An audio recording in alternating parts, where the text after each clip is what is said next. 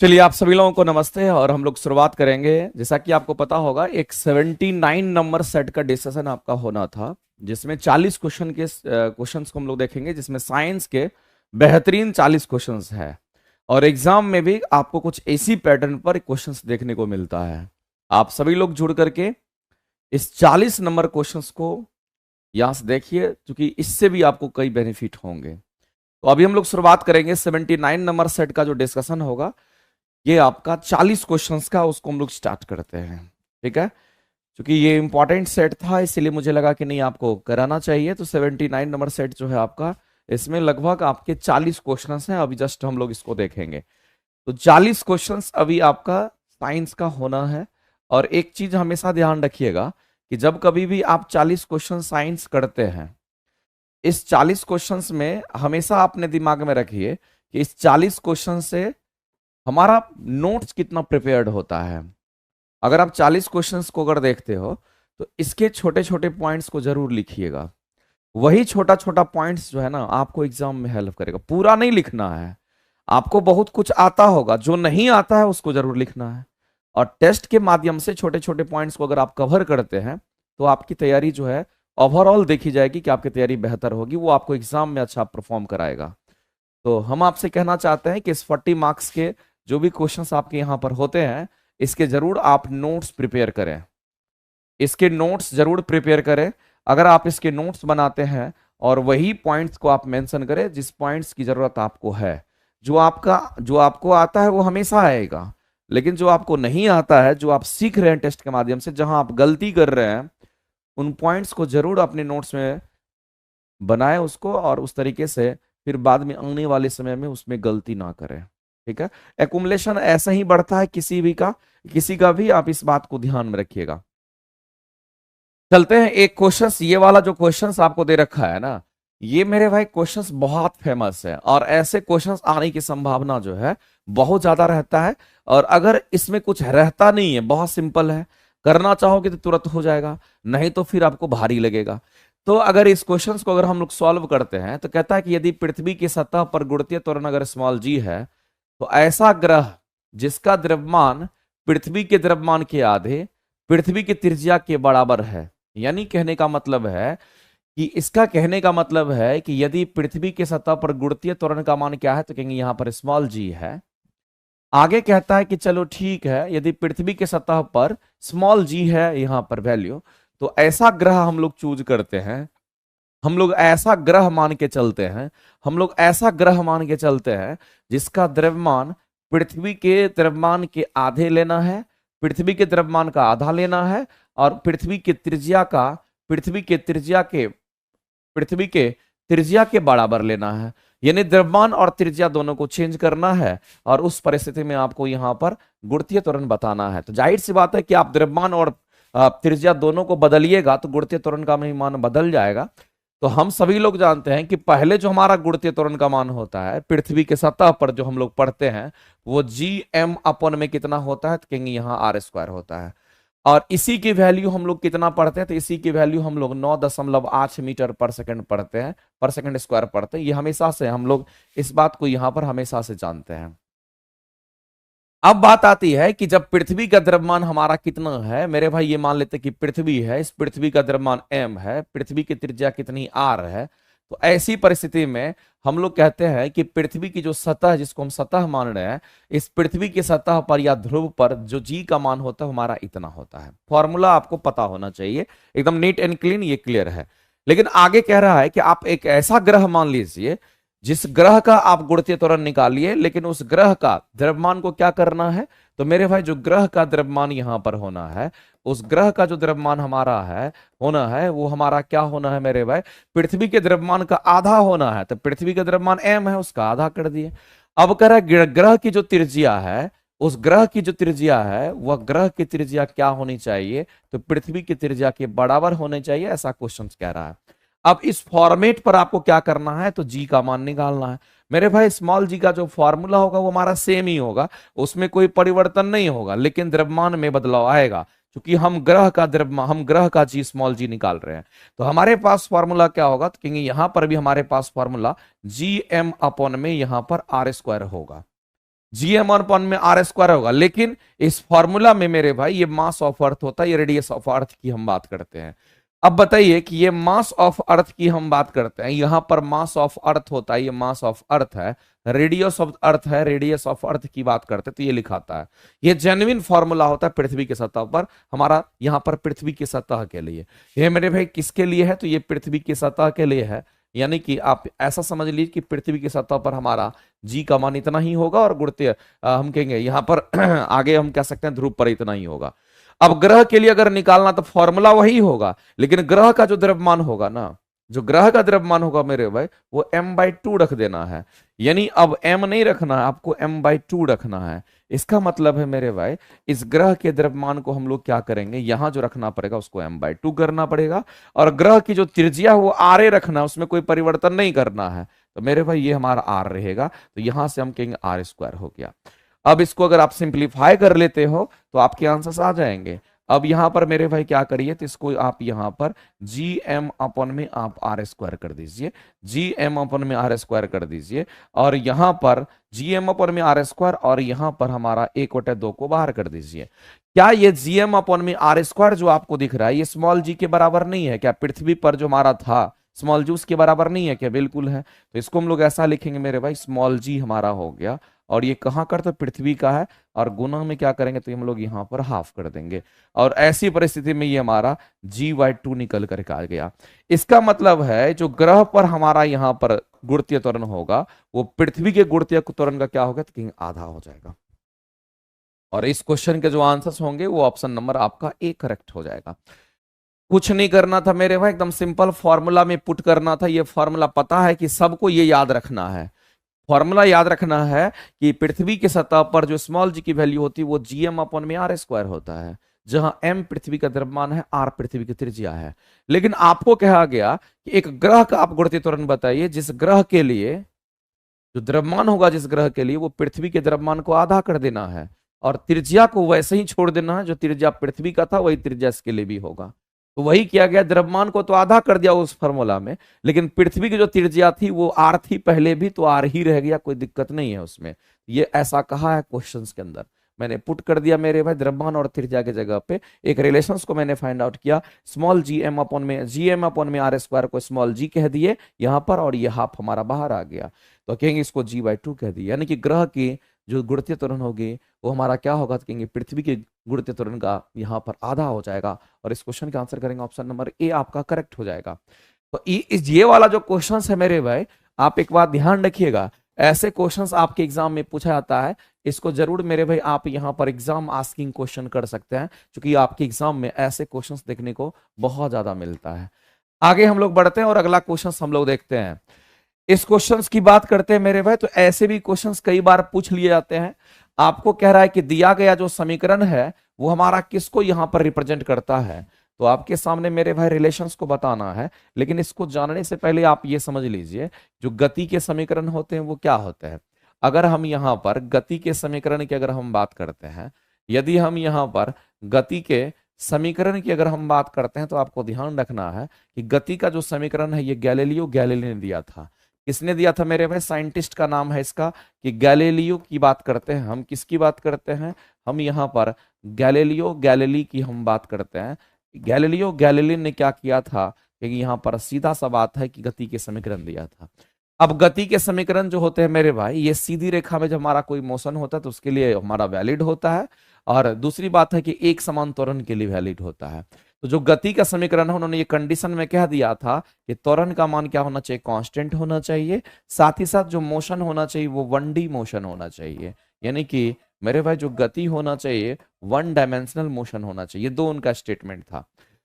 तो ये 1D का मतलब एक दिशात्मक होना चाहिए, सीधा ऊपर से नीचे, तो ऊपर से नीचे या नीचे से ऊपर हमारा कुछ भी हो सकता है, या सीधा हमारा लेकिन होना चाहिए गति। इन दोनों सिचुएशन में गति के समीकरण लागू होंगे। तो वहीं पर पहला जो गति का समीकरण है मेरे भाई, इसी ऑर्डर में याद रखना है। पहला गति का समीकरण v = u+ में क्या होगा, तो कहेंगे at होगा। इसके संबंध के बारे में उन्होंने बताया, इनका संबंध क्या है, तो ये वेग होता है और ये हमारा समय होता है। हमेशा इक्वेशंस में मेरे भाई फर्स्ट टर्म और लास्ट टर्म को आप कंसीडर करिएगा, ये इसका शॉर्टकट है कि आप बता दीजिएगा। तो मेरे भाई अगर हम इसको वेग कहते हैं और इसको समय, त्वरण को नहीं लेना, इसके बाद जो हमारा टाइम है, तो ये वेग है, ये समय है, इसका मतलब है मेरे भाई ये किसको रिप्रेजेंट करेगा, कहेंगे यहाँ पर वेग समय संबंध को रिप्रेजेंट करता है। ये किसको, तो कहेंगे यहाँ पर वेग समय संबंध को बताता है। इसी तरीके से गति का दूसरा जो समीकरण हमारा फेमस समीकरण है वो s बराबर यहां पर ut प्लस में हाफ at स्क्वायर होगा। हमेशा मेरे में फर्स्ट और लास्ट में जो लास्ट में लिखा होगा उसको कंसीडर करेंगे, इसको नहीं लेंगे, सबसे लास्ट वाले को लेंगे, सबसे फर्स्ट। तो यहां जो हमारा s है ये कहीं ना कहीं दूरी को बताता है, ये कहीं ना कहीं विस्थापन को बताता है, ये कहीं ना कहीं स्थिति को बताता है, सब एक ही चीज है।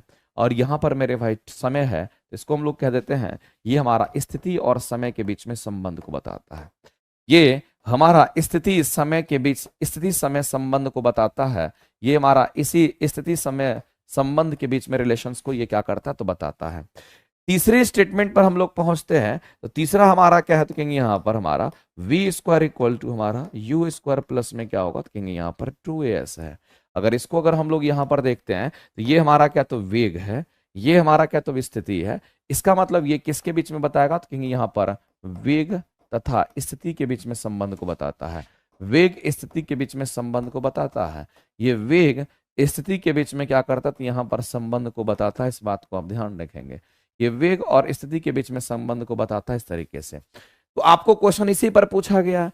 आपसे जो इक्वेशन यहाँ पर दिया गया है वो इक्वेशन आपका यहाँ पर सेकंड नंबर 2 है। दूसरा इक्वेशन हमारा गति के समीकरण का ये दूसरा इक्वेशन है, गति के समीकरण का ये पहला है, गति के समीकरण का ये तीसरा है। इसी ऑर्डर में याद रखेंगे और इन तीनों फॉर्मूला का इस्तेमाल हम लोग वहां करेंगे जहां त्वरण का मान नियत होता है और एक दिशात्मक गति होता है, सीधी रेखा में गति होता है। तो मेरे भाई आप बता दीजिए इस फॉर्मूला में स्थिति समय के बीच में संबंध को बताता है। तो स्थिति समय के बीच संबंध कहाँ है, ऑप्शन नंबर ए में है और ये आपका करेक्ट आंसर हो जाएगा। आगे चलते हैं, अगला क्वेश्चन हम लोग देखते हैं। अगला क्वेश्चन हमारे सामने में कहता है कि डैश की बात कही गई है ने उष्मा गतिकी के प्रथम 2 नियम को यहां पर संहिताबद्ध किया और यह निष्कर्ष निकाला कि ताप का निरपेक्ष शून्य इतना डिग्री सेंटीग्रेड है। ताप का निरपेक्ष शून्य कहने का मतलब है कि मेरे भाई इसकी अगर हम बात करते हैं ना, ये -273 है, यहां माइनस छूट गया, उधर माइनस रह गया है, ये -273.15 डिग्री सेंटीग्रेड, ठीक है, माइनस इतना में हमारा है। और हम सभी लोग जानते हैं मेरे भाई कि निरपेक्ष तापमान कहने का मतलब है एब्सोल्यूट टेम्परेचर की बात कर रहा है।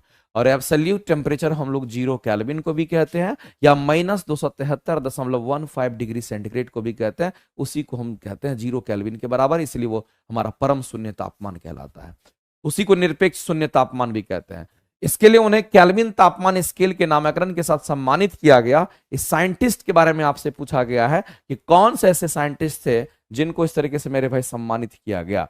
तो आपको यहां पर ध्यान रखना है मेरे भाई, इसमें से हमारा कोई आंसर नहीं होगा क्योंकि ये विलियम थॉमसन साहब थे। तो मेरे भाई आपको ध्यान रखना है ये कौन थे, तो विलियम थॉमसन साहब थे। ना आपका विलियम क्रुक्स था, ना रॉबर्ट हुक था, ना लुइस अल्वारेज था, ना हमारा कोई होगा। तो इसमें से हम कहेंगे आंसर हमारा ई ऑप्शन जाएगा।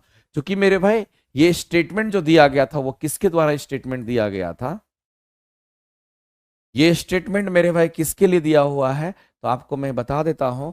ये हमारा उष्मागतिकी के प्रथम 2 नियम यानी कि शून्यवा नियम और प्रथम पहला नियम की हम बात करते हैं, ये विलियम थॉमसन साहब थे। ये स्टेटमेंट किसका था, तो कहेंगे यहां पर विलियम थॉमसन साहब का ये स्टेटमेंट था। ये विलियम थॉमसन साहब का ये स्टेटमेंट था, इस बात को आप ध्यान रखेंगे। विलियम थॉमसन साहब का स्टेटमेंट था, एक लाइन में आप जान लीजिए, ठीक है। तो इसमें से कोई ऑप्शन तो है नहीं। रॉबर्ट हुक ने सेल का खोज किया था, लुइस अल्वारेज भी इन्होंने भी कुछ एक्सपेरिमेंट किया था मेरे भाई। तो साइंटिस्ट वगैरह के नाम तो आपको ध्यान रखने पड़ेंगे। लेकिन एक बात हम आपको बता देना चाहते हैं कि परम शून्य तापमान हमारा क्या होता है मेरे भाई, आप इस बात को एकदम समझ लीजिए कि परम शून्य तापमान अगर बोलता है तो इस परम शून्य तापमान को हम निरपेक्ष तापमान के नाम से भी जानते हैं। इसी को हम लोग क्या कहेंगे, तो यहां पर एब्सोल्यूट 0 टेम्परेचर या इसी को आप हिंदी में क्या कहोगे, तो इसको निरपेक्ष तापमान भी कहते हो। इसी को निरपेक्ष तापमान भी कहते हैं, ये बात आप हमेशा से ध्यान में रखिएगा।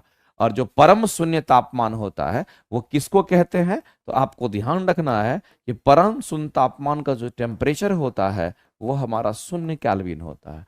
केल्विन में होगा तो 0 होगा, और इसी चीज को मेरे भाई अगर डिग्री सेल्सियस में देखेंगे तो -273.15 डिग्री सेंटीग्रेड होगा, और ये ब्रह्मांड का सबसे न्यूनतम तापमान होता है।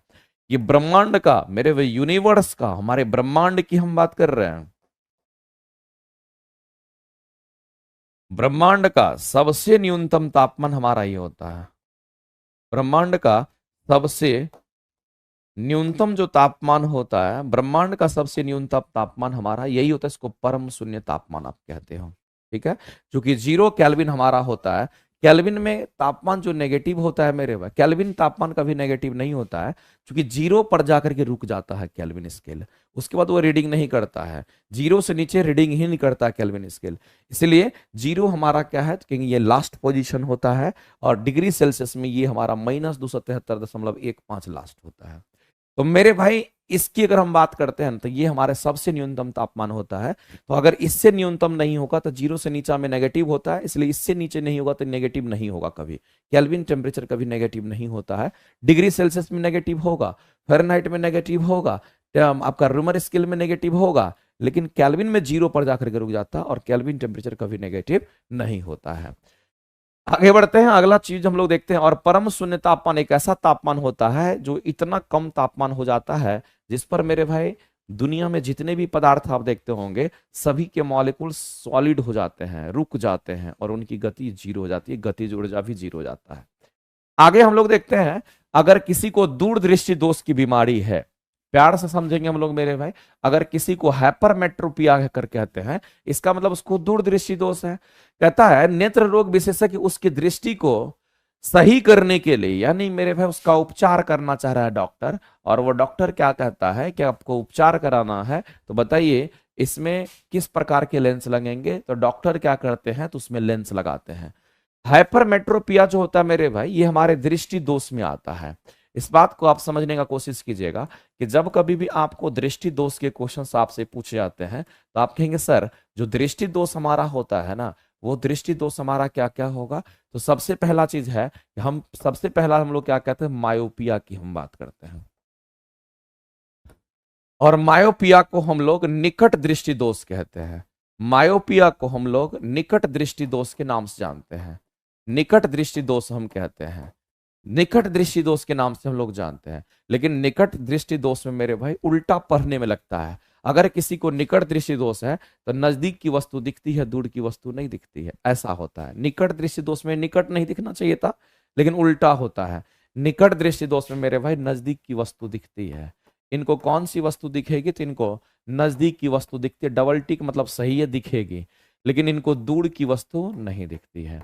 इनको दूर की वस्तु जो होगी मेरे भाई तो नहीं दिखेगी, ये नहीं दिखेगी, तो इसका उपचार करना पड़ेगा। तो जाहिर सी बात है इसके उपचार उपलब्ध है मार्केट में। आप जाएंगे डॉक्टर के पास, अगर आपको ये डिजीज पाया जाएगा तो आपको चश्मा लगा करके देगा। हम आते हैं मेरे भाई पहले दूसरे स्टेटमेंट पर, फिर हम आएंगे इस पर। दूसरा हमारा कहता है दूरदृष्टि दोष की बात करते हैं, इसको हम लोग यहाँ पर हाइपरमेट्रोपिया के नाम से जानते हैं। इसको हम लोग क्या कहेंगे, तो इसको हम लोग हाइपरमेट्रोपिया के नाम से जानते हैं। और इसको हम लोग क्या कहते हैं, तो इसको हम लोग यहाँ पर दूरदृष्टि दोष के नाम से हम लोग जानते हैं। ये हमारा दूरदृष्टि दोष हो गया। अगर इस हाइपरमेट्रोपिया की अगर बात करते हैं तो इसमें क्या होगा मेरे भाई, नाम से लग रहा है कि दूरदृष्टि दोष मतलब दूर का चीज नहीं दिखता होगा, लेकिन ऐसा नहीं होता, उल्टा होता है। तो मेरे भाई किसी को अगर दूरदृष्टि दोष होता है तो इसकी दूर की वस्तु जो है, इसको दूर की जो वस्तु होती है वो दिखती है। इसको क्या होगा मेरे भाई, तो कहेंगे यहाँ पर जो दूर की वस्तु होगी ना, यहाँ पर दूर की वस्तु की अगर हम बात करते हैं तो ये दूर की वस्तु दिखती है। अब इनको दिक्कत क्या है, तो इनको नजदीके का वस्तु नहीं दिखता है। इनको मेरे भाई जो नजदीक की वस्तु होती है, नजदीक की वस्तु ही इनको नहीं दिखती है। ठीक है, दूसरी बात ध्यान रखना कि इसका भी उपचार करना पड़ेगा, इसका भी उपचार करना पड़ेगा, और इसी पर क्वेश्चन पूछा गया है। तो मेरे भाई इसका अगर हम उपचार करते हैं तो बताइए कौन सा लेंस लगा करके उपचार किया जाएगा। अब लेंस की कुछ बातें समझ लीजिए। अगर मेरे भाई लेंस की हम बात करते हैं तो हम लोगों को एक बात समझना पड़ेगा कि दो प्रकार के लेंसेस होते हैं। एक जो लेंस होता है उसको हम लोग क्या कहते हैं, उत्तल लेंस कहते हैं, और दूसरा जो लेंस हमारा होता है उसको हम लोग क्या कहते हैं, तो ये हमारा अवतल लेंस होता है। ऐसा तो आप सभी लोग जानते होंगे मेरे भाई। लेकिन उत्तल लेंस क्या करता है, तो मेरे भाई प्रकाश को एक जगह जमा करता है, प्रकाश को नजदीक लाता है। इसका टेंडेंसी हमेशा रहता है, इसकी प्रॉपर्टी है, ये प्रकाश को क्या करता है, नजदीक लाता है। ये क्या करता है मेरे भाई, तो प्रकाश को नजदीक लाता है, और प्रकाश जहां जहां जाएगी वहां वहां आपको दिखेगा। और जो अवतल लेंस होता है ये प्रकाश को फैलाता है। ये क्या करता है मेरे भाई, प्रकाश को दूर ले जाता है। ये प्रकाश को क्या करता है, तो दूर ले जाता है, ये प्रकाश को दूर ले जाता है। और प्रकाश को जब दूर ले जाएगा तो दूर की वस्तु दिखेगी। अब तो मेरे भाई यहां पर हमारा सिंपल हो गया। अगर हम मान लेते हैं कि नजदीक का दिख रहा है, दूर का नहीं दिख रहा है, तो दूर ले जाने के लिए कौन सा कहेंगे, दूर ले जाने के लिए हमारा यहाँ पर अवतल लेंस का इस्तेमाल करेंगे। तो इसका उपचार किससे करेंगे, इसका उपचार हम लोग अवतल लेंस लगा कर करेंगे। ये कौन सा लेंस है मेरे भाई, तो हम लोग यहाँ पर अवतल लेंस की हम बात करते हैं, अवतल लेंस का इस्तेमाल करेंगे। और अगर मान लेते हैं कि दूर की दिख रही है, नजदीक का नहीं दिख रहा है, तो नजदीक लाने के लिए कौन सा लेंस का यूज करेंगे, तो प्रकाश को नजदीक लाना है तो उत्तल लेंस का आप इस्तेमाल करोगे। तो मेरे भाई इस क्वेश्चन के अगर आंसर्स आपके होंगे तो आ जाएंगे। अब अगर मान लेते हैं ये बीमारी किसी को है तो उत्तल लेंस लगा करके ठीक करेंगे। बताइए इसमें उत्तल लेंस है क्या, बायफोकल दे रखा, कनकेव, कनकेव को अवतल कहते हैं, और यहाँ पर प्रोग्रेसिव भी हमारा नहीं होगा, तो इसमें से कोई नहीं, यानी आंसर करेंगे ऑप्शन नंबर ई। आंसर क्या होगा मेरे भाई, तो उत्तल लेंस हमारा करेक्ट आंसर हो जाएगा।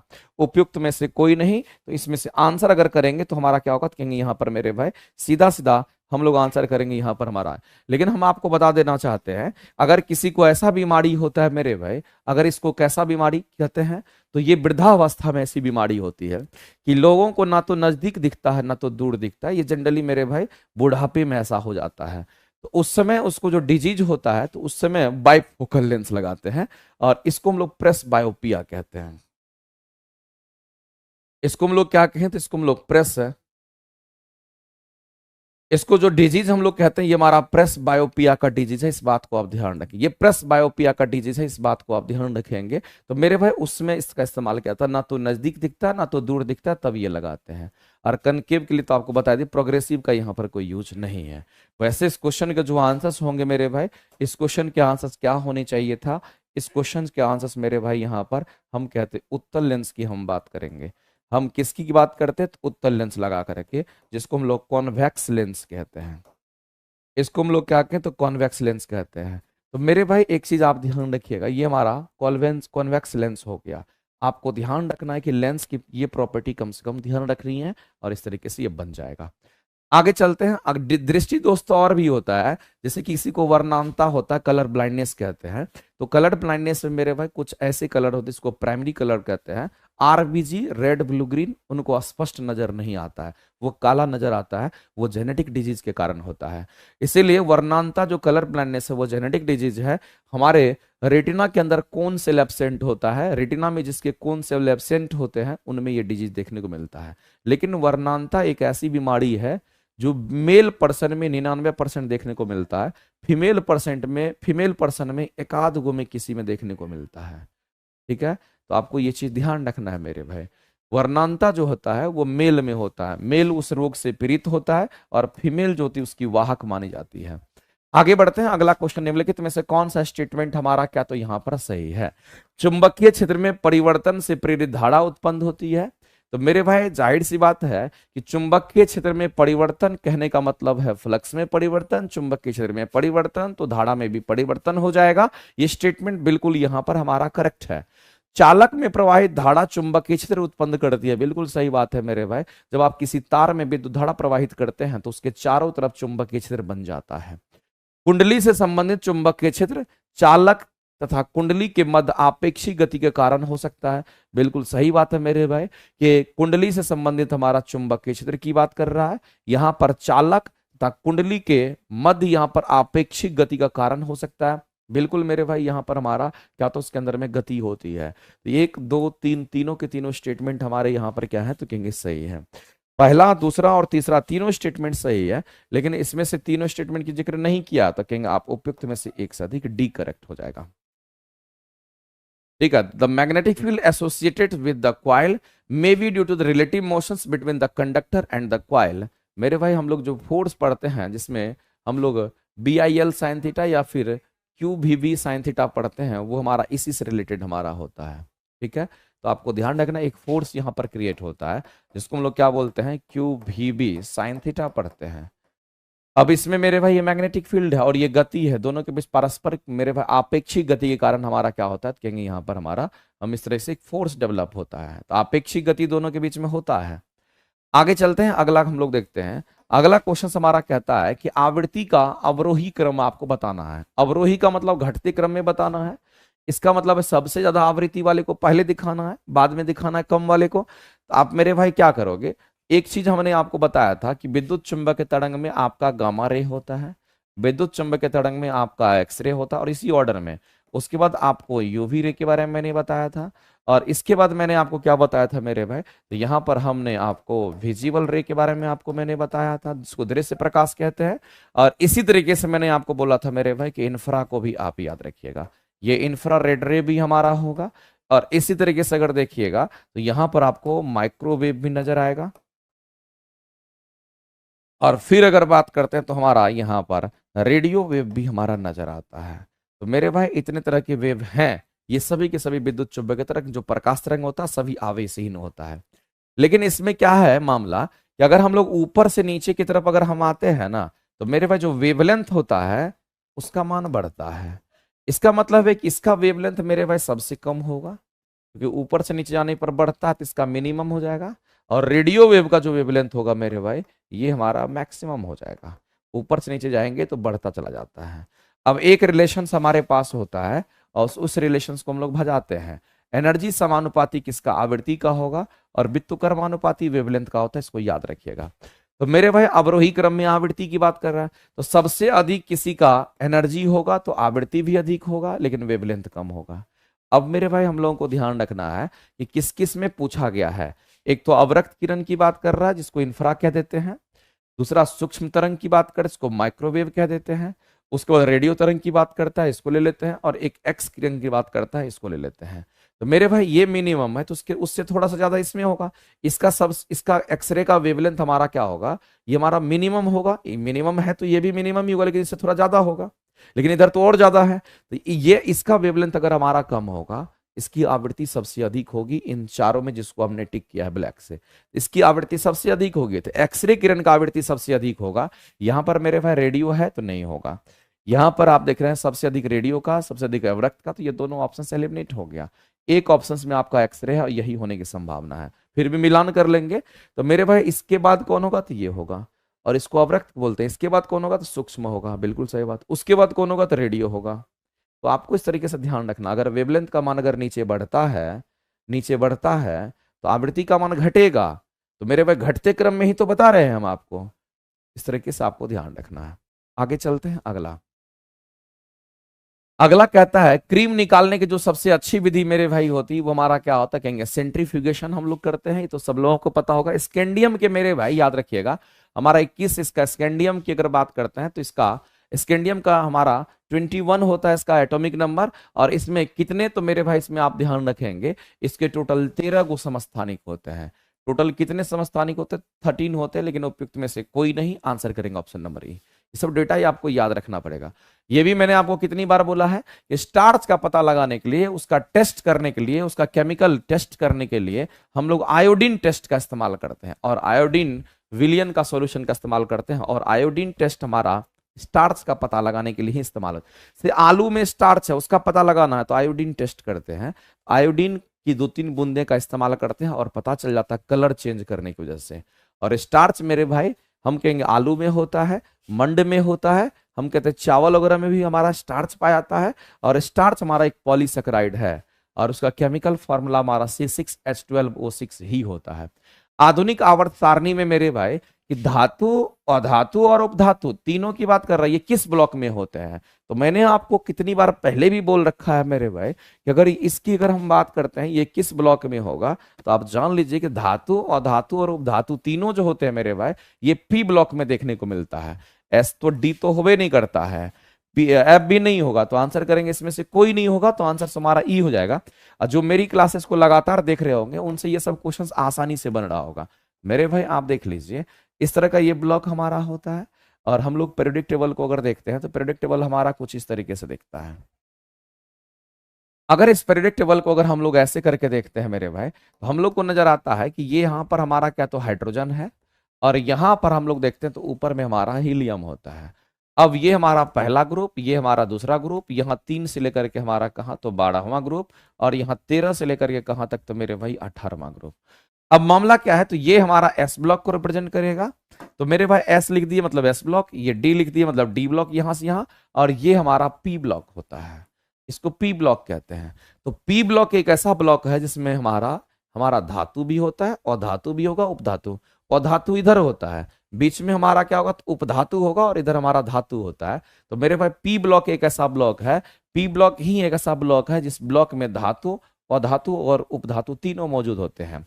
ये किस ब्लॉक में पाए जाते हैं मेरे भाई, ये हमारा पी ब्लॉक में होता है, इस बात को आप ध्यान रखेंगे, इसी पी ब्लॉक के अंतर्गत हमारा होता है, लेकिन ऑप्शन में नहीं है तो आंसर करेंगे उपयुक्त में से कोई नहीं है।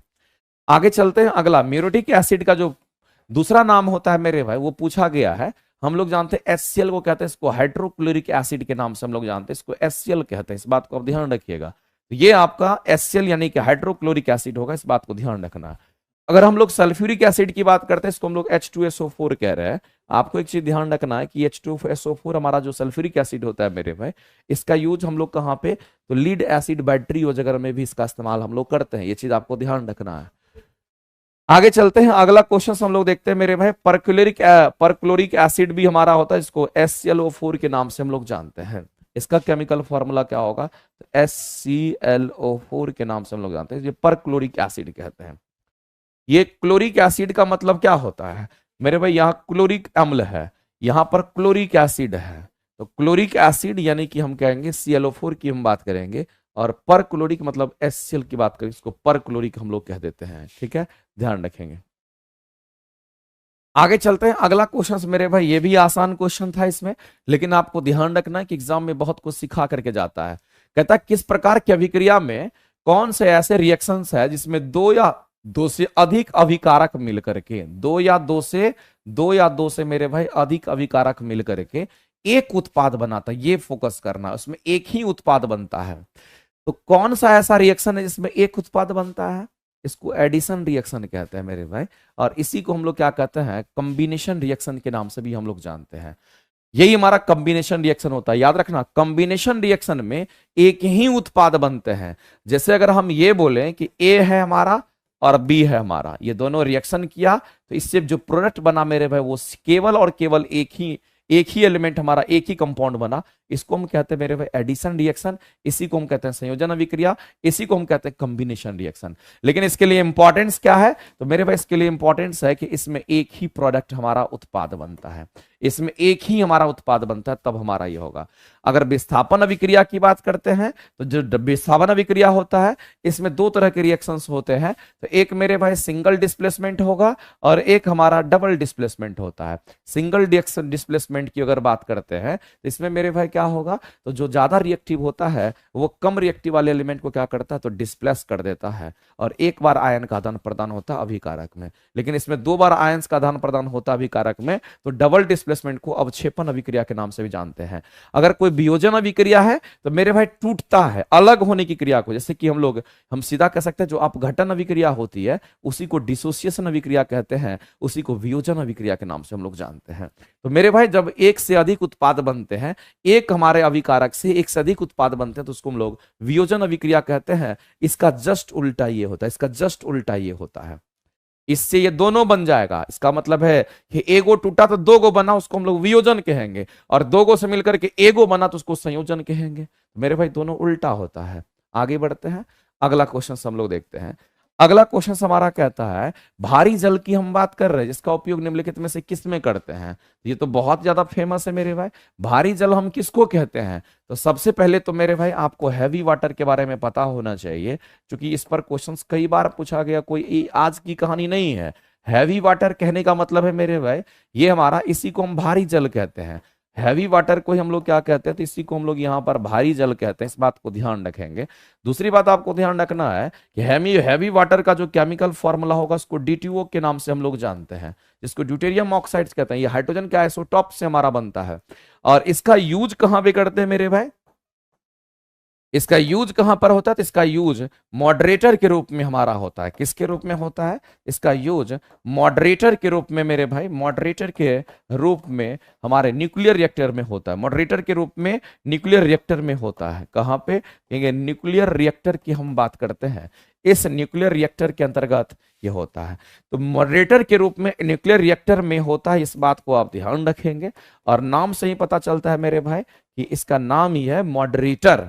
और मॉडरेटर नाम है, इसी मतलब इसका मतलब है कि मॉडरेट कर देना, स्पीड को, गति को मॉडरेट कर देना। लेकिन किसकी गति को? तो न्यूक्लियर रिएक्टर में मेरे भाई न्यूट्रॉन की बम्बार्डिंग होती है। इस रिएक्टर में न्यूट्रॉन की बम्बार्डिंग होती है। तो इसका मतलब है कि जब न्यूक्लियर रिएक्टर में न्यूट्रॉन की बम्बार्डिंग, इलेक्ट्रॉन नहीं होगा, प्रोटॉन नहीं होगा, न्यूट्रॉन की बम्बार्डिंग होती है, तो मेरे भाई ये मॉडरेटर क्या करेगा? उस न्यूट्रॉन की बम्बार्डिंग की गति को कम करेगा। तो न्यूट्रॉन की गति को कम कर देता, मॉडरेटर मतलब मॉडरेट कर देगा उसकी गति को, न्यूट्रॉन की गति को क्या करेगा? तो ये यहां पर कम कर देता है। न्यूट्रॉन की गति को क्या करेगा? तो ये कम कर देता है। एक लाइन में आप जान लीजिए, जिसको हम लोग मॉडरेटर कहते हैं। और दूसरी बात है मेरे भाई, तो ये चीज आपको ध्यान रख, सिर्फ मॉडरेटर हमारा D2O नहीं है, मॉडरेटर हमारा और भी होता है मेरे भाई। जैसे कि हमारा ग्रेफाइट भी एक मॉडरेटर की तरह काम होता है। हम लोग जो पानी पीते हैं वो भी एक मॉडरेटर की तरह यूज होता है, लेकिन बहुत कम यूज करते हैं उसका।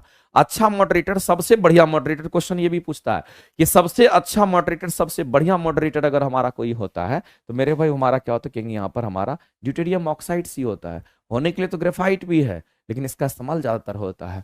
अगर अग्निशामक की हम बात करते हैं तो आपको ध्यान रखना कि अग्निशामक में अगर हम लोगों को क्या करना, कहीं पर इलेक्ट्रिसिटी से आग लग जाता है, उसको अगर बुझाना होगा तो पानी से नहीं बुझाएंगे, क्योंकि पानी में भी आयंस का फ्लो होता है और पानी में भी करंट दौड़ता है। इसलिए पानी से हम कभी भी बिजली से लगी आग को नहीं बुझाएंगे, गलती भी नहीं करेंगे। सिर्फ पानी ही नहीं, कोई भी लिक्विड पदार्थ है उससे हम एकदम भूल करके भी नहीं बुझाएंगे। दूसरी बात मेरे भाई, आप इस बात को समझने की कोशिश कीजिएगा कि जब हम फायर एक्सटिंग्विशर की बात करते हैं, अगर कहीं बिजली से आग लग जाती है तो क्या करेंगे? तो वहां पर मेरे भाई हम यहाँ पर बेकिंग सोडा का इस्तेमाल करते हैं। और बेकिंग सोडा को सोडियम हाइड्रोजन कार्बोनेट कहते हैं, जिसको NaHCO3 बोलते हैं। और साथ ही साथ इसमें किसका मिश्रण होता है? हम कहेंगे यहाँ पर एक एसिड की हम बात कर रहे हैं, H2SO4 का मिश्रण होता है। और इन्हीं का इस्तेमाल करके हम कार्बन डाइऑक्साइड गैस प्रोड्यूस करते हैं। तब जो ये हमारा कार्बन डाइऑक्साइड गैस बनता है, इसी कार्बन डाइऑक्साइड गैस का इस्तेमाल करके हम लोग क्या करते हैं मेरे भाई? तो हम यहाँ अग्निशामक में इसका इस्तेमाल करके आग को बुझाते हैं। लेकिन किससे लगी आग? तो आपको ध्यान रखना है कि इसका इस्तेमाल, इसका इस्तेमाल प्रॉपर हम कहां पे करते हैं? कार्बन डाइऑक्साइड गैस का बिजली से लगी आग को बुझाने के लिए इसका प्रॉपर इस्तेमाल होता है। ठीक है, आगे मेरे भाई कपड़ा धोने की अगर बात करते हैं, तो कपड़ा जब धोते हैं तो उस समय पानी को सॉफ्ट बनाने के लिए, कपड़ा धोने के समय पानी को सॉफ्ट बनाने के लिए डिटर्जेंट का इस्तेमाल करते हैं। और उस डिटर्जेंट में मेरे भाई सोडियम कार्बोनेट हमारा यूज होता है। आप ध्यान रखेंगे, जो हमारे पानी, हार्ड पानी है उसको सॉफ्ट बना देता है। आगे चलते हैं, निम्नलिखित में से कौन सा असंतृप्त हाइड्रोकार्बन्स नहीं है? तो मेरे भाई कौन सा हमारा असंतृप्त नहीं है? असंतृप्त कहने का मतलब है कार्बन कार्बन के बीच में डबल बॉन्ड, कार्बन कार्बन के बीच में ट्रिपल बॉन्ड जिसमें होगा वो हमारा नहीं होना चाहिए। इसका मतलब है मेरे भाई कार्बन कार्बन के बीच में सिंगल बॉन्ड खोज रहा है, तो ब्यूटेन नाम से पता चलता है। एन यहाँ ENE इन है, ENE का मतलब होता है कार्बन कार्बन के बीच में डबल बॉन्ड, और ENE का मतलब होता है कार्बन कार्बन के बीच में डबल बॉन्ड। ये बात हमेशा याद रखिएगा। और अगर ANE लिखा होगा तो इसका मतलब होता है कार्बन कार्बन के बीच में सिंगल बॉन्ड। तो मेरे भाई यहां पर इसको संतृप्त कहते हैं। ये हमारा कैसा होगा? तो कहेंगे इसको हम लोग यहां पर संतृप्त हाइड्रोकार्बन के नाम से जानते हैं। इसी को हम लोग सैचुरेटेड हाइड्रोकार्बन कहते हैं। इसको हम लोग सैचुरेटेड हाइड्रोकार्बन्स के नाम से जानेंगे, इस बात को ध्यान रखिएगा। और ये सबसे लंबा चेन होता है, सबसे मजबूत भी होता है, इस बात को आप ध्यान रखें। ब्यूटेन की हम बात करेंगे, ब्यूटेन ही सिर्फ नहीं मेरे भाई, जो भी हमारे संतृप्त होंगे वो मजबूत भी होगा, लंबा चेन भी बनाता है, इस बात को आप ध्यान रखेंगे। तो असंतृप्त में हमारा डबल बॉन्ड और ट्रिपल बॉन्ड आता है। तो ट्रिपल बॉन्ड के लिए क्या होगा मेरे भाई? जैसे कि अगर हम यहाँ पर मान लेते हैं, हम किसको ले लेते हैं? हेक्साइन को ले लेते हैं। हम मेरे भाई यहाँ पर हेक्साइन को ले लिए, जहां पर वाई नहीं आएगा ना, इसको देख करके समझ लेना कि यहाँ पर ट्रिपल बॉन्ड है। और मेरे भाई डबल बॉन्ड रहे कि ट्रिपल बॉन्ड रहे, ये हमारा कैसा होगा? तो असंतृप्त होगा। डबल बॉन्ड ट्रिपल बॉन्ड वाला असंतृप्त होता है। एक लाइन में आप जान लीजिए, कहानी सिंपल। और सिंगल बॉन्ड अगर होगा तो मेरे भाई उसको संतृप्त कहते हैं। आगे चलते हैं, ये क्लासेस आपको प्लेटफॉर्म बाय नवीन कुमार सिंह एप्लीकेशन पर मिलेगा। आगे चलते हैं, अगला क्वेश्चन हमारा दे रखा है कि मेरे भाई कुछ जीव हैं और उसके जनन के जो प्रोसेस होते हैं उनको समझना बहुत जरूरी होता है। जैसे कि अगर हम हाइड्रा की बात करते हैं, ईस्ट की बात करते हैं मेरे भाई, एक टर्म हम लोग यहाँ पर देखते हैं, हाइड्रा हमारा निडेरिया संघ का जीव होता है, और ईस्ट की बात करते हैं, ईस्ट हमारा खमीर है जिसको कवक कहते हैं। तो ये दोनों जो है मेरे भाई, इसमें क्या होगा कि यहाँ पर मुकुलन विधि द्वारा प्रजनन होता है, इन दोनों में मुकुलन विधि द्वारा प्रजनन होता है, इस बात को आप ध्यान रखिएगा। और इसी को हम लोग बडिंग कहते हैं, मुकुलन विधि को ही हम लोग क्या कहते हैं, इसी को बडिंग कहते हैं। ये बडिंग का प्रोसेस होता है। तो यहां पर एक बात तो ये ध्यान रखना है, दूसरी बात मेरे भाई ध्यान रखना है कि जो हमारा हाइड्रा होता है, इस हाइड्रा की बात करते हैं, तो इस हाइड्रा में मेरे भाई सिर्फ मुकुलन ही नहीं होता, इस हाइड्रा में आपको ध्यान रखना है यहां पर पुनर्जनन भी होता है। यहां पर क्या होगा, कहेंगे यहां पर पुनर्जनन भी होता है। हाइड्रा की सिर्फ बात कर रहे हैं, इसमें पुनर्जनन भी हमारा होता है, इसमें पुनर्जनन भी होता है, इसमें पुनर्जनन भी होता है, इस बात को आप ध्यान रखिएगा। हाइड्रा में पुनर्जनन भी होता है, हाइड्रा में लिख लो तो ज्यादा बेहतर रहेगा, पुनर्जनन भी होता। दूसरी बात, अगर मेरे भाई प्लेनेरिया की अगर बात करता है ना, तो जो प्लेनेरिया जीव होता है इसमें केवल और केवल पुनर्जनन होता है। तो पुनर्जनन केवल और केवल क्या होगा मेरे भाई, तो कहेंगे यहाँ पर पुनर्जनन होता है, इस बात को आप ध्यान, केवल और केवल क्या होगा, तो पुनर्जनन होता है, इसको हम लोग यहाँ पर प्लेनेरिया एक जीव है मेरे भाई, इस बात को आप ध्यान रखिएगा। ऐसे ही करके अगर आप देखते हैं, जैसे मेरे भाई अमीबा की अगर हम बात करते हैं, हम अमीबा की बात करते हैं, और आपको पता होगा कि अमीबा की कोई आकृति नहीं होती, इसका आकृति बदलता रहता है। लेकिन अमीबा की अगर बात करते हैं ना, तो ये अमीबा में बाइनरी विखंडन होता है, इसमें मेरे भाई बाइनरी फिशन होता है। बाइनरी फिजन का मतलब होता है, बाइनरी का मतलब होता है दो पार्ट्स, दो पार्ट्स में ये बट जाता है, यानी दो भाग में इसको हम कह सकते हैं मेरे भाई द्विविखंडन होता है, दो पार्ट्स में बढ़ जाना, इसको हम लोग क्या कहेंगे, तो इसको हम लोग यहां पर द्विविखंडन के नाम से हम लोग जानेंगे, इसको हम लोग द्विविखंडन कहते हैं, जो दो पार्ट्स में बट गया उसको हम द्विविखंडन कहते हैं, इस बात को आप ध्यान रखेंगे। तो मेरे भाई ये सब कंसेप्ट ध्यान रखना, बात बाकी और भी जो आपके सामने दे रखा है आप उसको ढूंढ करके बनाइए। यहाँ पर कहता है ईस्ट की हमने बात कर रखी है आपके सामने में, ईस्ट में मुकुलन होता है, तो फिर सोचना तो है नहीं है, आपको आंसर बता देना है। तो यहाँ पर आप कहेंगे मेरे भाई कि हमारा यहाँ पर इस तरीके से दो का हमारा वन मैच करेगा। अगर दो का हमारा वन मैच करेगा तो मेरे भाई इसमें से कौन सा आंसर हमारा करेक्ट हो जाएगा, तो कहेंगे दो का वन तो हमारा यहीं पर दिख रहा है, दो का वन यहां पर है, तो दो का वन दिख रहा है, दो का तीन, दो का नहीं है, तो ये दोनों तो ऐसे भी हमारा छट गया, आंसर होने की संभावना 100% यही होगा। और मेरे भाई जब दो का वन है तो वन का तीन, वन का क्या होगा, तो यहाँ पर ये वन को दिखा रहा है, ये दो को और ये तीन को, तो वन का थ्री। लिस्मानिया डोनोवानी प्रोटोजोआ होता है, और प्रोटोजोआ में मेरे भाई यहाँ पर कहते हैं द्विविखंडन हमारा होगा, ठीक है। और स्पायरागायरा में कैसा होगा, तो फ्रेगमेंटेशन होता है, इसको खंडीकरण कहते हैं, ठीक है, ध्यान रखेंगे।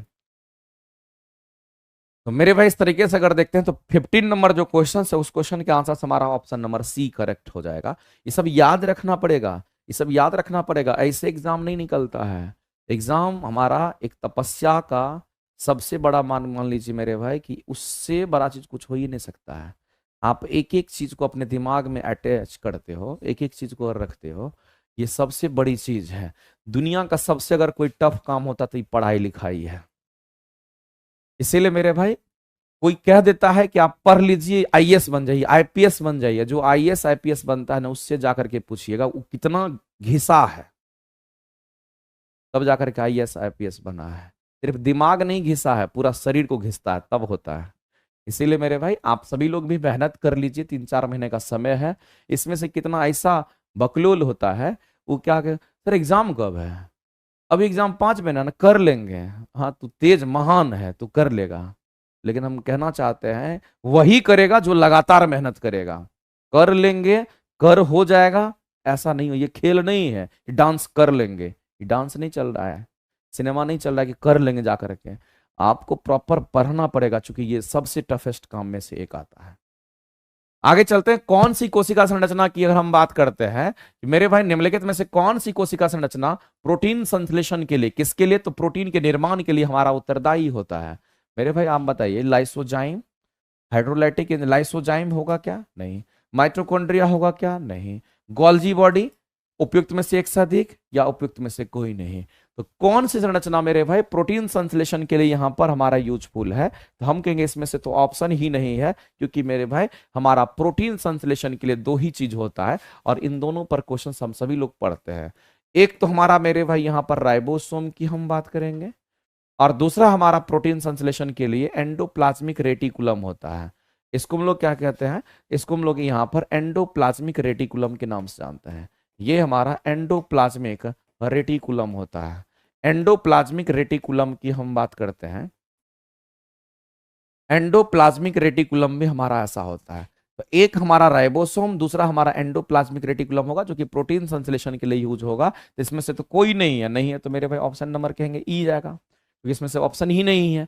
दूसरी बात, जो हमारा यहाँ पर माइट्रोकॉन्ड्रिया होता है, इसमें हम कहते हैं कि माइट्रोकॉन्ड्रिया में ही हमारा एटीपी का निर्माण होता है। माइट्रोकॉन्ड्रिया के क्रेब्स चक्र में मेरे भाई, इस माइट्रोकॉन्ड्रिया की अगर हम बात करते हैं, इसी में हमारा क्या होता है 36 एटीपी बनता है। इसलिए एटीपी को ऊर्जा मुद्रा कहते हैं, एनर्जी करेंसी कहते हैं। और ये हमारा क्या करता है, पावर हाउस ऑफ सेल कहलाता है। और इसमें श्वसन की क्रिया होती है, सबसे इंपॉर्टेंट ये है। ग्लूकोज टूटता है, तो मेरे भाई ग्लूकोज जब टूटता है तो ग्लूकोज की टूटने की क्रिया को हम लोग ग्लाइकोलिसिस कहते हैं। और उस ग्लाइकोलिसिस की जो क्रियाएं होती है वो साइटोप्लाज्म में होता है, और उस साइटोप्लाज्म में 2 एटीपी ऊर्जा बनता है, और 36 एटीपी ऊर्जा का निर्माण हमारे माइटोकॉन्ड्रिया में होता है। इसके बाद अगर हम लोग गोल्जी बॉडी की बात करते हैं, जिसको गोल्जी बॉडी भी कहते हैं, गोल्जी एपरेटस भी कहते हैं, हमारे शरीर के अंदर खनिज लवण का परिवहन एक जगह से दूसरी जगह अगर करता है तो मेरे भाई उसमें गोल्जी बॉडी का भी नाम आता है, जो कि इसका परिवहन करने का काम करता है। ठीक है, ध्यान रखेंगे। आगे चलते हैं, अगला मेरे भाई मॉस की बात करते हैं, जो कि ब्रायोफाइट्स है। मर्केंसिया की बात करते हैं तो मेरे भाई ब्रायोफाइट्स है। तो ये बहुत फेमस एग्जाम्पल है कि मेरे मॉस की बात कर लिए, या मर्केंसिया की बात कर लिए, या रिक्सिया की बात कर लिए। रिक्सिया हो गया, मर्केंसिया हो गया, मॉस हो गया, ये सभी के सभी ब्रायोफाइट्स हैं। और ब्रायोफाइट्स को हम लोग कहते हैं प्लांट का उभयचर कहलाता है। ये क्या है मेरे भाई, तो ये हमारा प्लांट का यहाँ पर उभयचर कहलाता है। हम लोग इसको प्लांट का उभयचर कहते हैं, इस बात को आप एक लाइन में जान लीजिए। ये हमारे प्लांट के उभयचर होते हैं। तो ब्रायोफाइट्स एक ऐसा प्लांट होता है जो जल और स्थल दोनों जगह होगा, लेकिन इस ब्रायोफाइट्स में जड़ तना पत्ती का विकास नहीं होता है। इस बात को आप ध्यान रखिएगा। तो मेरे भाई इस तरीके से इस क्वेश्चन के आंसर करते हैं। सेवाल हमारा थैलोफाइट्स में आता है। ये तो यहाँ पर मेरे भाई मॉस लिख दिया, इसका मॉस इंग्लिश नहीं होता है। हिंदी ये मॉस जो है इंग्लिश लिख दिया, ये इसका मॉस इंग्लिश नहीं होता, ये गलत लिखा है। सेवाल को हम लोग यहाँ पर मॉस नहीं कहते, इसको अलगी कहते हैं। मॉस तो यहाँ नहीं है, इसको हम लोग क्या कहेंगे मेरे भाई, तो इसको हम लोग अलगी के नाम से हम लोग जानते हैं। इसको क्या कहेंगे, तो इसका अलगी नाम होता है। ये क्या है, तो कहेंगे यहाँ पर इसको अलगी कहते हैं। अलगी फंगी कवक को कहते हैं। और जिम्नोस्पर्म एक ऐसा प्लांट होता है, इसमें जड़ तना पत्ती बढ़िया से होता है, लेकिन अनावृत बीजी मतलब नेकेड बीज होता है, बीज का बाहरी आवरण नहीं होगा, और इसमें फल नहीं होता है। ठीक है, जिसमें हमारा चीर स्प्रूस देवदार वगैरह आता है, जो कि जिम्नोस्पर्म होता है। निम्नलिखित में से कौन सा जंतु अकशेरुकी नहीं है, यानी अकशेरुकी अगर नहीं है, इसका मीनिंग क्या हुआ, जिसमें रीढ़ की हड्डी नहीं होती है। अकशेरुकी नहीं, सॉरी, अकशेरुकी नहीं है मतलब कौन सा कशेरुकी है, ये कहना चाह रहा है। तो कशेरुकी जिसमें रीढ़ की हड्डी होती है। तो मेरे भाई हम लोग जानते हैं कि इसमें से कौन सा अकशेरुकी नहीं है। तो ऑर्थोपोडा में, सॉरी सरीसृप की बात करते हैं, तो सरीसृप देखो, कशेरुकी हमारा कौन कौन सा प्राणी होता है वो हम आपको लिख देते हैं, और इसको आप नोट कर लीजिएगा। अगर कशेरुकी कोई प्राणी की बात करता है तो आप एक लाइन में जान लीजिए कि जो कशेरुकी प्राणी होते हैं उसमें रीढ़ की हड्डी होता है। इसमें रीढ़ की जो हड्डी होगी वो रीढ़ की हड्डी इसमें होती है, इसमें रीढ़ की हड्डी होती है। और जो कशेरुकी प्राणी होंगे उसमें 5 ही को संघ हमारा यहाँ पर मेजर है। जैसे कि मेरे भाई अगर हम यहाँ पर सरीसृप की अगर हम बात कर लेते हैं, जैसे अगर हम यहाँ पर उभयचर की हम बात कर लेते हैं, जैसे अगर हम यहाँ पर बोलते हैं मछली वर्ग की बात कर लेते हैं, जितनी भी मछलियां होगी वो इसी में आ जाएंगे। जैसे कि मेरे भाई यहाँ पर हम कहते हैं कि हमारा और कौन सा होगा, तो कहेंगे यहाँ पर हमारा पक्षी वर्ग भी शामिल होगा मेरे भाई। पक्षी वर्ग को भी ले लीजिए। स्तनधारी जो हम लोग हैं, यहाँ स्तनधारी की बात कर लीजिए। इन सब की अगर हम बात करते हैं ना, तो ये सभी के सभी मेरे भाई क्या है, तो कहेंगे ये सभी के सभी हमारे कशेरुकी प्राणी होंगे। इसको छोड़ दीजिए तो मोलस्का वलस्का जो हमारा होता है, ये सब मेरे भाई अकशेरुकी में आता है। ऑर्थोपोडा हो गया, मोलस्का हो गया, पोरीफेरा हो गया, ये सभी इकोनोडर्मेटा हो गया, ये सब। तो मेरे भाई पोरीफेरा हो गया, ऑर्थोपोडा हो गया, मोलस्का भी को भी ले लीजिए। मेरे मोलस्का को क्यों छोड़िएगा, सीकी संघ, सीपी संघ वगैरह जो होता है सब मोलस्का में आता है। इकोनोडर्मेटा भी हमारा होता है। तो आपको ध्यान रखना है ये सब। इकाइनो डर्मेटा की अगर हम बात करते हैं, इकाइनोडर्मेटा की बात करते हैं, पोरिफेरा की बात करते हैं, पोरिफेरा संघ के जो जीव होते हैं वो स्पंजी होते हैं, ये हमारे समुद्र में देखने को मिलता है। तो मेरे भाई ये सब जो आपको दिख रहा है ना, इन सब की अगर हम बात करते हैं तो याद रखना कि ये सब हमारे क्या है, तो अकशेरुकी प्राणी है। इसमें रीढ़ की हड्डी नहीं होती है। ये कैसी प्राणी है, तो ये अकशेरुकी प्राणी होता है। और अकशेरुकी प्राणी हम उसको कहते हैं जिसमें रीढ़ की हड्डी नहीं होती है। इसमें किसकी हड्डी नहीं होगी, इसमें रीढ़ की हड्डी, इसमें रीढ़ की हड्डी नहीं होती है। एक लाइन में कहानी खत्म। तो मेरे भाई ना तो ऑप्शन ये होगा ना तो ऑप्शन सी होगा। कौन सा अकशेरुकी, ये तो अकशेरुकी है, ये अकशेरुकी नहीं है। रेप्टाइल्स, ये कशेरुकी है। रेप्टाइल्स जो है मेरे भाई सरीसृप की बात करती है, ये कशेरुकी है। इस बात को ध्यान रखेंगे। आगे चलते हैं मेरे भाई। यहां दे रखा है कि उच्छावसन के समय पसलियां क्या होती है। उच्छावसन कहने का मतलब मेरे भाई, जब हम लोग सांस लेते हैं, जब छोड़ते हैं, जब छोड़ना होगा तो उसको उच्छावसन कहते हैं। यानी कहने मतलब हम लोग क्या करते हैं, इनहेल करते हैं, एक्सहेल करते हैं। इनहेल मतलब लेना, एक्सहेल मतलब सांस छोड़ना। तो जब हम लोग सांस लेते हैं, ऐसे में मेरे भाई क्या होता है, हमारा डायफ्राम होता है। डायफ्राम के जो डायफ्राम जो होते हैं उनके पोजीशन चेंज हो जाते हैं। तो आपको ध्यान रखना है कि ऐसे केस में क्या होगा कि अगर हम लोग मान लेते हैं एक्सहेल करते हैं, हम सांस को बाहर छोड़ते हैं, तो जो डायफ्राम होगा वो हमारा क्या होगा, ये क्वेश्चन आपसे पूछना चाह रहा है। तो मेरे भाई वो नीचे की ओर गति करेगा। अगर हम छोड़ते हैं तो नीचे की ओर अगर गति कर रहा है, जब हम लेते हैं तो वो ऊपर की ओर चढ़ जाता है, ऊपर चढ़ता है, नीचे आता है। आप फील कीजिए ना उसको, लिए ऊपर चढ़ गया डायफ्राम, थोड़े नीचे चला गया। मेरे भाई तो सीधी सी बात है, डायफ्राम नीचे जाना ऊपर जाना आप खुद फील कर सकते हो तरह से। आगे चलते हैं। अगला क्वेश्चन है कि निम्नलिखित ग्रंथि की बात कर रहा है, उस ग्रंथि में से कौन सी ग्रंथि की बात करता है, कि कौन सी ग्रंथि फेफड़े के बीच में विद्यमान होता है। मेरे भाई एक तरफ हमारा, दो तरफ फेफड़ा होता है। हम लोग जानते हैं कि हमारा जो फेफड़ा होता है वो हमारा कुछ इस तरीके से, हम सभी लोग जानते हैं मेरे भाई कि हमारा जो स्ट्रक्चर होता है ना, वो कुछ ऐसा स्ट्रक्चर होता है, इसको हम लोग ट्रैकिया कहते हैं। ये हमारा ट्रैकिया का है। और इधर एक हमारा इधर होगा, सॉरी, लंग्स की हम बात करते हैं मेरे भाई, तो ये हमारा लंग्स जो होता है ना वो कुछ इस तरीके से होता है। एक तो लेफ्ट होगा और एक हमारा कैसा होगा मेरे भाई, तो कहेंगे एक हमारा राइट होगा। एक लेफ्ट लंग्स होता है और एक राइट लंग्स होता है, इस तरीके से लेफ्ट और राइट लंग्स होता है। इस बात को आप ध्यान रखेंगे, एक तो लेफ्ट होगा और दूसरा राइट होगा।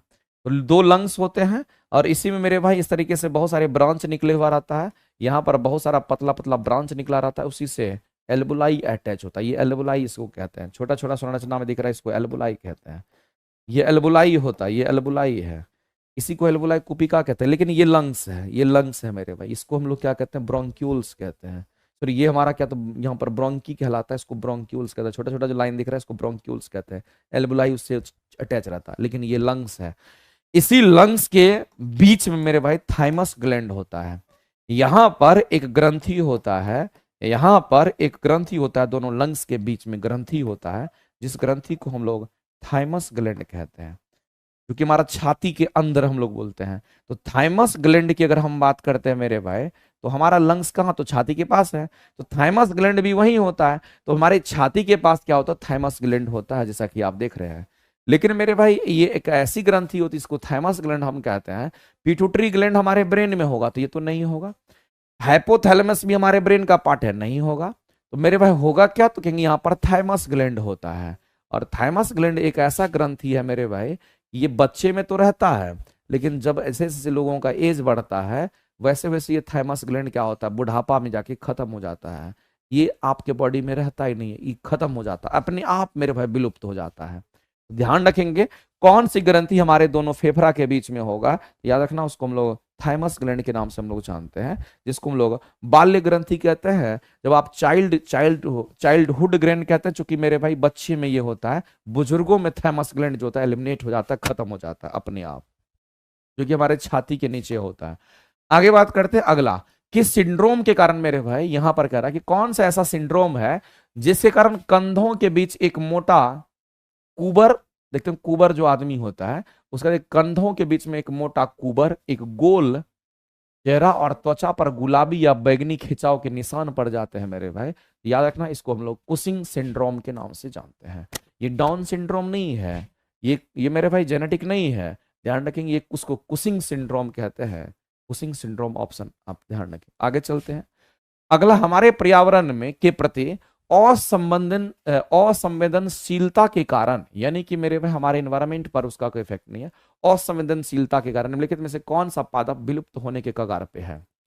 ये तो आपको याद रखना पड़ेगा। शायद हमको लगता है ये मधु का इंसिग्नस हमारा है, यानी कहने का मतलब ऑप्शन नंबर बी आपका। ये एक प्लांट है मेरे भाई, ये प्लांट की प्रजाति है, याद रखिएगा, ये हमारा विलुप्त होने की कगार पे है।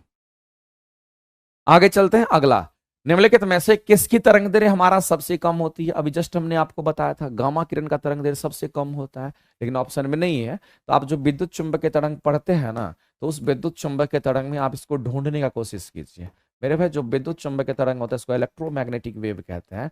ये विद्युत चुंबकीय तरंग दिखिएगा तो इसमें आपको गामा रे दिखेगा, इसी में आपको क्या दिखेगा तो एक्सरे दिखेगा, इसी में आपको क्या दिखेगा तो अल्ट्रावायलेट रे दिखेगा, इसी में अगर आपको दिखेगा तो मेरे भाई यहाँ पर दृश्य प्रकाश जिसको हम लोग विजिबल रे कहते हैं, इसी में अगर दिखेगा तो आपको यहाँ पर इंफ्रा दिखता है, जिसको हम लोग यहाँ पर इंफ्रारेड रे के नाम से हम लोग जानते हैं। इसी में अगर दिखेगा तो आपको माइक्रो दिखेगा, और इसी में अगर दिखेगा तो आपको यहाँ पर रेडियो वेव दिखता है। तो मेरे भाई इतने तरह की चीजें हैं, इसको ध्यान रखना है। और मैंने ये भी बोला था कि ऊपर से नीचे अगर जाओगे वेवलेंथ को लैम्डा से दिखाते हैं, इसका मान बढ़ता है, तो इसका सबसे मिनिमम मान होता है। मैं अभी भी फिर भी कहता हूं ये मिनिमम है और इसका सबसे मान मैक्सिमम होता है, इसी पर कहानी खत्म है। तो मेरे भाई जो जो दे रखा है उसके हिसाब से आंसर करेंगे। और आपसे क्या बोला, तरंग दैर्ध्य सबसे मिनिमम, तो इसके बाद तो यही ना है, तो आंसर क्या करेंगे, एक्सरे मार दीजिए, सोचना ही नहीं है। आगे चलते हैं।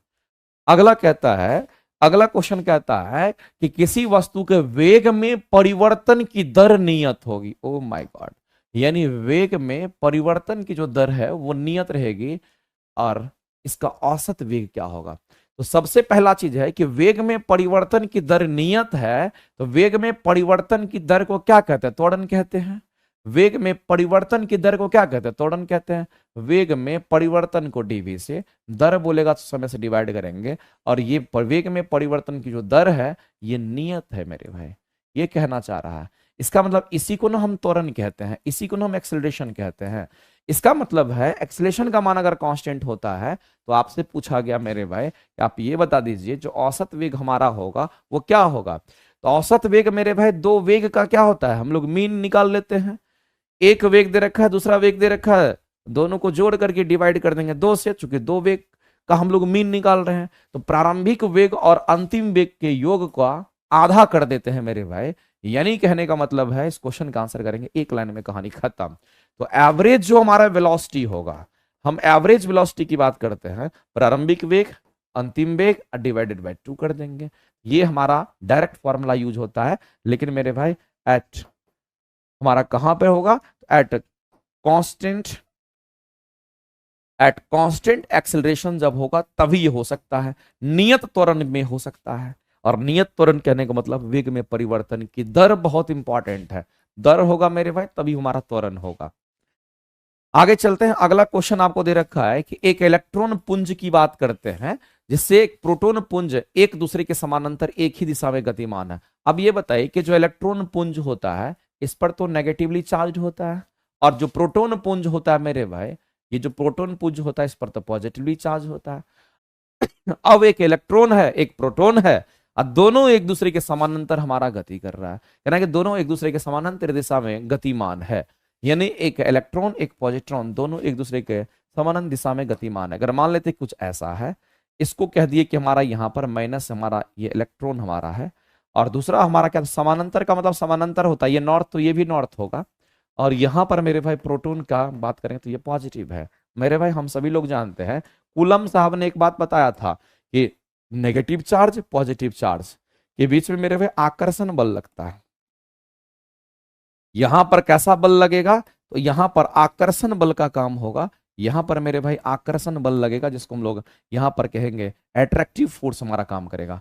Opposite charges are attract to each other, यानी कहने का मतलब है जब कभी भी आपको अपोजिट चार्ज नजर आते हैं, अपोजिट आवेश दिखते हैं, हमेशा याद रखना है वो एक दूसरे को अट्रैक्ट करेगा। जब एक दूसरे को मेरे भाई अट्रैक्ट करेगा तो इस क्वेश्चन के आंसर से इसमें कुछ सोचना ही नहीं, आप आंसर करेंगे ऑप्शन नंबर ए। और ये जो कंसेप्ट दिया है, ये कंसेप्ट आकर्षण बल का यहाँ जो कंसेप्ट दिया गया है वो कूलम्ब साहब के द्वारा दिया गया है।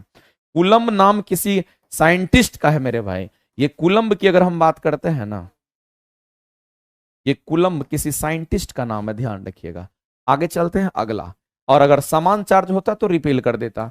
अगला मिलान करना है, तो कितनी बार कर चुके हैं मेरे भाई। देखो प्रकाश के वर्ण विक्षेपण की जब घटना घटती है ना तो 7 कलर आपको मिलता है। और ये कंसेप्ट जो न्यूटन ने बताया था, तो मेरे भाई प्रिज्म के ऊपर प्राप्त दृष्ट वर्णक्रम यानी कि 7 वो कलर आपको प्रिज्म पर ही मिला था। ये एक्सपेरिमेंट हम इसी के साथ करते हैं। तो मेरे भाई डी का हमारा 4 हो जाएगा। अगर डी का 4 होगा तो ये ए है, ये बी है, ये सी है, ये डी है। तो डी का 4 तो यही दिख रहा है, एक ही ऑप्शन में दिख रहा है, यही हो जाएगा। ये सब कहानी खत्म हो गया। तो मेरे भाई आपको थोड़ा सा दिमाग लगा करके सॉल्व करना पड़ेगा। अगर आपको आकाश का रंग नीला दिखाई देता है तो बताइए आकाश का रंग नीला क्यों दिखाई देता है। क्योंकि मेरे भाई हम कहेंगे यहाँ पर, हम कहेंगे नीला रंग का सिर्फ प्रकीर्णन होगा। अगर आपको नीला दिखाई देता है तो सिर्फ नीला रंग का ही प्रकीर्णन हो पाया है, इसलिए नीला दिखाई देता है। तो सी का आप क्या करेंगे, तो 3 मैच करा देंगे इस तरीके से।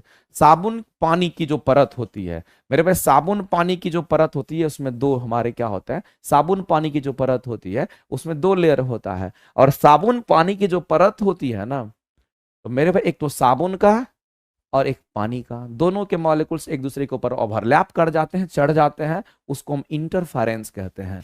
इसका मतलब है ये इंटरफेरेंस को दिखाएगा। तो ये यहां पर हो गया। और मेरे भाई जो मिरेज होता है वो हमारा पूर्ण आंतरिक परावर्तन के प्रिंसिपल पे काम करता है। तो 1 2 3 4 सीधा सीधा आंसर है। ये सब मेरे भाई छोटा छोटा पॉइंट्स को आप लिखते जाइए, क्योंकि काम आता है। किसी धातु ब्लॉक में मौजूद अदृश्य दरार या छिद्र का पता लगाने के लिए, अदृश्य दरार या छिद्र का, मान लेते हैं ये हमारे पास क्या एक पेन है, हमको तो नहीं पता कि इसके अंदर में क्या है, हो सकता है कहीं दरार हो सकता है कि बढ़िया भी हो। लेकिन उस दरार का पता लगाने के लिए जो हमें इनविजिबल है, जिसको हम देख नहीं पा रहे हैं, उसके लिए हम क्या करेंगे मेरे भाई, तो हम लोग क्या करते हैं, तो उसके अंदर में एक वेव को भेजते हैं, जिस वेव का नाम है अल्ट्रासोनिक वेव। और यही अल्ट्रासोनिक वेव क्या करता है, उसका पता लगाता है।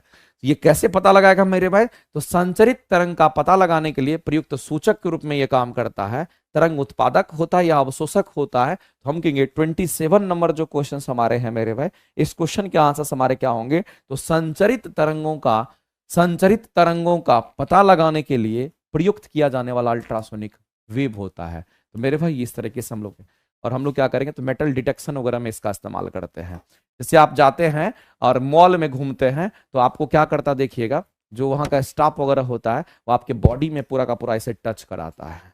मेटल डिटेक्टर यानी कि मेटल, अगर कोई भी चीज आप बंदूक चाकू को कुछ को लेकर के अगर जा रहे हैं, आपको तुरंत कहेगा इसको बाहर कीजिए। मेटल डिटेक्ट कर लेता है मेरे भाई, उसके अंदर तक वो पहचान लेता है कि उसमें।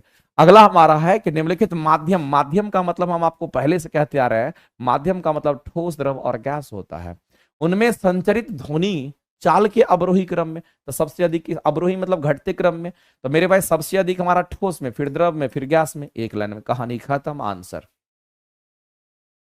ओडोमीटर मेरे भाई क्या करता है, तो हम कहते हैं यहां पर ओडोमीटर हमारा दूरी का मेजरमेंट करता है। ओडोमीटर क्या करता है, जैसे कि हम लोग बाइक से चलते हैं तो बाइक में देखिए लिखा हुआ दिखता है कि आपकी बाइक 10,000 किलोमीटर चल चुकी है, आपकी बाइक 15,000 चली, आपकी बाइक 2,000 किलोमीटर चली है। जो किलोमीटर होता है ना, उसकी रीडिंग ओडोमीटर देता है। यहां तो मेरे भाई टाइम, स्पीड, दिशा की बात करें तो ऑप्शन में से कोई नहीं। स्पीडोमीटर स्पीड की बातें बताता है मेरे भाई, और ओडोमीटर क्या करता है, यहां पर कहेंगे यहां पर दूरी को बताता है। आगे चलते हैं अगला क्वेश्चन हम लोग देखते हैं। और ये वही चीज है मेरे भाई, अखंड ज्योति बैच थ्योरी की क्लासेस आप फिजिक्स, केमिस्ट्री, बायो के लिए कर सकते हैं। और एक और इंफॉर्मेशन हम देना चाहते थे, और वो इंफॉर्मेशन ये है मेरे भाई कि थ्योरी की क्लासेस तो आप मेरे से पढ़ रहे हैं, और साथ ही साथ अगर मेरे से आप एमसीक्यूज की भी क्लासेस अगर आप करते हैं, जिसमें फिजिक्स, केमिस्ट्री, बायो करते हैं, देखिए होता क्या है कि एक फ्रीक्वेंसी को अगर आप समझ लिए ना, तो वो फ्रीक्वेंसी आपको मैच कर जाता है और आपको वही चीज अच्छा लगेगा। तो अगर आप थ्योरी की क्लासेस मेरे से पढ़ रहे हैं तो क्वेश्चंस भी मेरे द्वारा कराया हुआ कीजिए, क्योंकि मेरे भाई हम लोग बहुत रिसर्च करके एक एक क्वेश्चंस को लाते हैं। और कोशिश करते हैं वो क्वेश्चन हम आपको कराते हैं जिससे कि आपकी सफलता जो है आपको बहुत कम समय में मिले। तो इस पर हम लोग हमेशा से काम करते हैं और आप जानते ही हैं कि पिछली बार देख लीजिए टीआरई की थ्री की जो कहानी है, टीआरई टू की जो कहानी है, आप उठा करके देख लीजिए धड़ल्ले से मेरे भाई एक एक क्वेश्चंस को आप देखिए डायरेक्ट टारगेट हम लोगों ने पढ़ाया और एक एक क्वेश्चंस आपके एग्जाम में आपको देखने को मिला होगा। वैसे स्टूडेंट जिनको कुछ नहीं आता था वो भी स्कोर किए हैं। 40 क्वेश्चन अगर पूछा साइंस में तो 35 नंबर, 30 नंबर, 32 नंबर वो भी लाए हैं। और वैसे स्टूडेंट जो थोड़े अच्छे थे वो तो 37, 36, 33, 35 से अब लाए हैं। एक आध दो क्वेश्चन का मिस्टेक सबसे होता है और वो वैसे स्टूडेंट से नहीं होता। जो स्टूडेंट बहुत परिपक्व तरीके से अपनी पढ़ाई को करते हैं वो एक एक पॉइंट्स को हमेशा बार बार पढ़ते हैं, पढ़े हुए चीज को बार बार रिपीट करते हैं, उनसे वो गलतियां नहीं होती है। लेकिन कुछ ऐसे बच्चे होते हैं जो जॉकिंग करते हैं, कभी यहां पढ़ेंगे, कभी वहां पढ़ेंगे, कभी वहां पढ़ेंगे, कभी वहां पढ़ेंगे, कभी यहां पढ़ेंगे। ऐसे में क्या होता है, आपका माइंड डिसऑर्डर हो जाता है। जिस जो इफिशियंसी आपको देना चाहिए वो इफिशियंसी मेंटेन नहीं रहता है, गलतियां आपकी भर भर की होती है। आप एग्जाम जैसे आप रूम में करते हो, जैसे आप डेली लाइफ में करते हो, वैसे आप एग्जाम में भी करोगे। आपका एक दिमाग अगर यहां शांत नहीं है तो एग्जाम में भी दिमाग आपका वॉलेटाइल रहेगा। कभी आप कुछ और सोचोगे, कभी कुछ और सोचोगे, कभी कुछ सोचोगे, कभी कुछ सोचोगे। क्वेश्चन चल रहा है, कुछ सोच रहे कुछ बनेगा कुछ।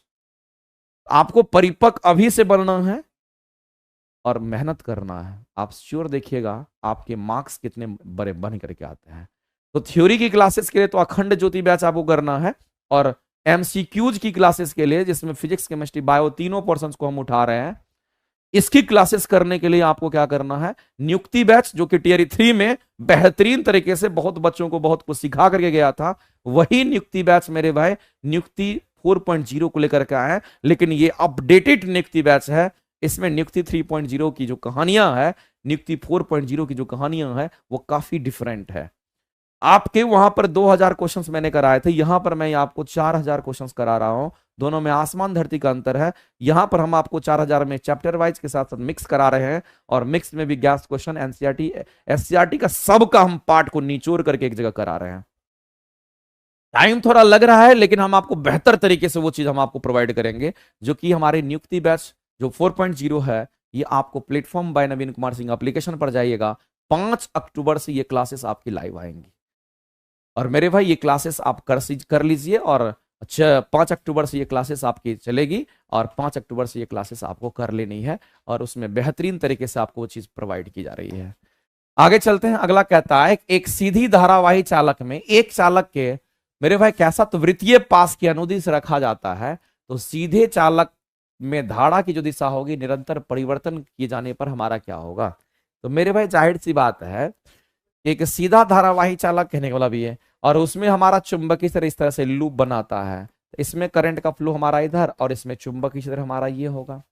तो मेरे भाई ऐसे क्वेश्चंस के लिए आपको ध्यान रखना है कि कुछ इस तरीके का चीज ये कहना चाह रहा है। तो होगा क्या मेरे भाई, तो ये जो हमारा लूप है, इस लूप में प्रेरित धारा हमारा क्या होगा मेरे भाई, इस लूप में जो प्रेरित धारा होगा मेरे भाई, चूंकि यहां पर ये हमारा कैसा होगा, कहेंगे धारा जो हमारा होगा वो हमारा ऊपर की तरह ही होगा। ये इस तरह से लूप बनाएगा, धारा हमारा इसी दिशा में ही होगा। एक सीधी धारावाही चालक में एक चालक के समृद्ध वृत्तीय पास, पास मतलब क्या, क्लोज लूप की बात कर रहा है, कि अनुदिश रखा जाता है। ठीक है, एक चालक को उसके अनुदिश रखा जाता है। तब कहता है कि सीधे चालक में धारा की जो दिशा थी पहले, उसमें परिवर्तन होगा क्या, धारा की दिशा में कोई परिवर्तन नहीं होगा। अगर करंट ऐसे जा रहा था तो ऐसे ही हमारा चुंबक इस तरह घूर्णन करता रहेगा और धारा हमारा इसी दिशा में जाते रहेगा मेरे भाई, उसमें कोई परिवर्तन नहीं होगा। तो प्रेरित धारा जो होगी वो पास के अंदर मेरे भाई अपरिवर्तित। एक मिनट मेरे भाई, यहां पर शायद यहां पर बोला गया है कि the induced current in the loop will not be constant. अच्छा, ओ माय गॉड, यहां पर एक चीज मेरे भाई बोला गया है क्वेश्चंस में कि ये तो ठीक है, ये हमारा घूम रहा है और ये प्रेरित धारा है। कहता है एक अलग से कंडक्टर को लाते हैं और उस कंडक्टर को यहां पर हम रख देते हैं। और मेरे भाई ये भी एक हमारा कंडक्टर है, जाहिर से चुंबक की तरह और कंडक्टर के बीच में कुछ संबंध आ जाएगा, तो करंट में मेरे भाई वेरिएशन आने लगेगा। तो जो प्रेरित धारा हमारा पहले कांस्टेंट था, अब वो हमारा क्या होगा, तो परिवर्तित होता रहेगा। अपरिवर्तित नहीं रहेगी, वो परिवर्तित होता रहेगा। फास्फोरस का +3 ऑक्सीकरण संख्या किस अवस्था में होगा? अब इसमें सत्य चेक करना पड़ेगा आपको मेरे भाई, सबके आपको नाम पता होना चाहिए। अगर हम लोग यहाँ पर फास्फोरस अम्ल की बात करते हैं, इसको हम लोग H3PO3 के नाम से हम लोग जानते हैं, H3PO3। इस तरह से हाइपो के लिए अगर बात करते हैं तो हाइपो हमारा क्या होगा, तो H3PO2 कहते हैं, इसको हम लोग H3PO2 कह देंगे। और ऑर्थो फास्फोरस अम्ल के लिए जो फॉर्मूला हमारा होगा, इसको हम लोग H3PO4 के नाम से हम लोग जानते हैं, ये H3PO4 के नाम से जानते हैं। ये तो नाम मेरे भाई, इसके केमिकल फॉर्मूला याद रहेगा तभी बनेगा। इसमें से चेक करना पड़ेगा कि +3 किसका होगा। मान लेते हैं मेरे भाई कि पहला वाला को हम लोग देखते हैं, और पहले वाले में क्या है, तो कि यहाँ पर हमारा H3PO3 दे रखा है। ऑक्सीडेशन स्टेट किसका, तो मेरे भाई फास्फोरस का चेक करना है। जिसका चेक करना है उसको X मान लीजिए।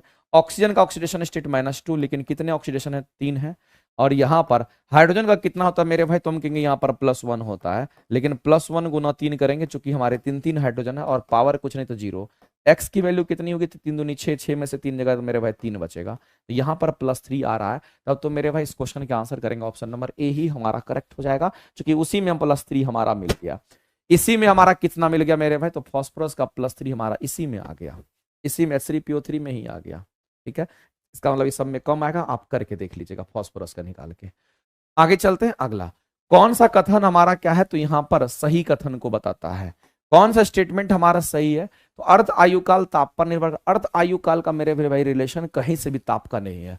अर्ध आयुकाल का एक फॉर्मूला हमारा हाफ लाइफ का होता है 0.693 अपॉन में वेवलेंथ।